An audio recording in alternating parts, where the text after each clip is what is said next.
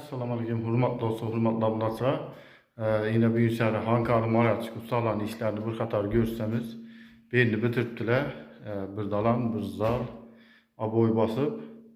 Kime shunday mallarga xizmatlari kerak bo'lsa, bemalol ekranda nomerlarni qoldirib ketamiz. Telefon urishlaringiz mumkin. Kanalimizda yangi bo'lsangiz, podpisatsiya bo'lib qo'yamiz. Bir like bosib ko'raveramiz do'stlar. Ustalarning ishlarini baho beramiz. Kommentariyada o'z fikrlarimizni qoldiramiz. Kanı olmasa gittik bir yandan gösteririz.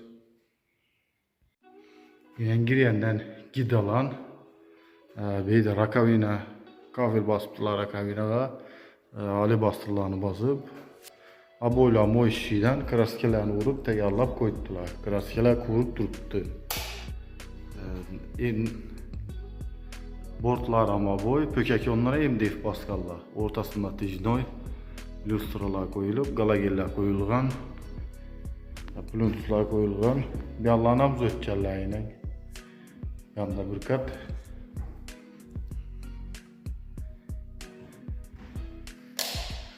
Yani dostlar, muslarını lazere doğrular, polini çıkarırlar, çok çetip. Yani dostlar, aboyları. Moşya boydan aboyları.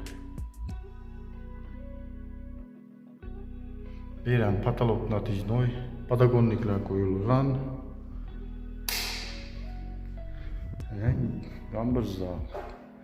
Bir anda yine bir zalı var.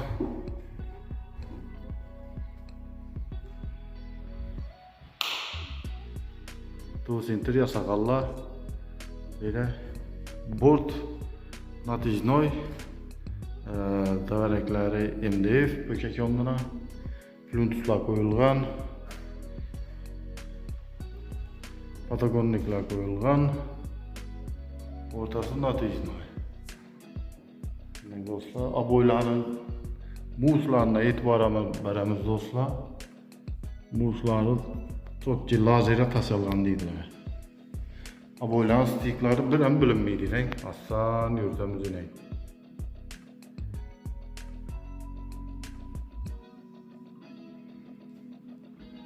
Stikler bir tane stikan bölünmeydi.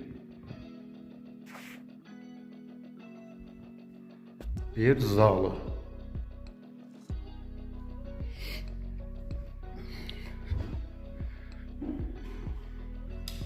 Allah'ın işin değil. Erkeğe sakallah. Bir yan tarafı giysi. Birden bir tıfı sentriye sakallah. Daraklarını koyup. Renk dostlar.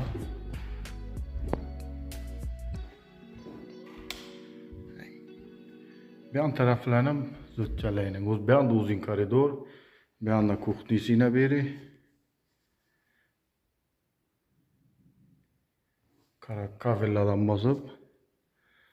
Bir anda iki spalı. Bir anda on yan tarafta bir zal.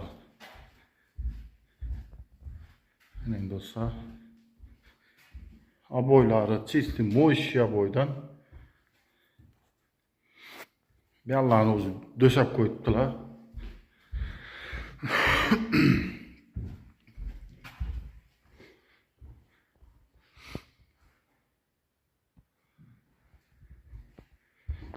Hurmatli dostlar, hurmatli obunachilar. Kime shunday malaka xizmatlari kerak bo'lsa, bemalol ekranda nomerlari telefon urishlaringiz mumkin. Kanalimizda yangi bo'lsangiz, podpisatsiya bo'lib qo'yamiz. Bir like bosib, esdan chiqmasin dostlar.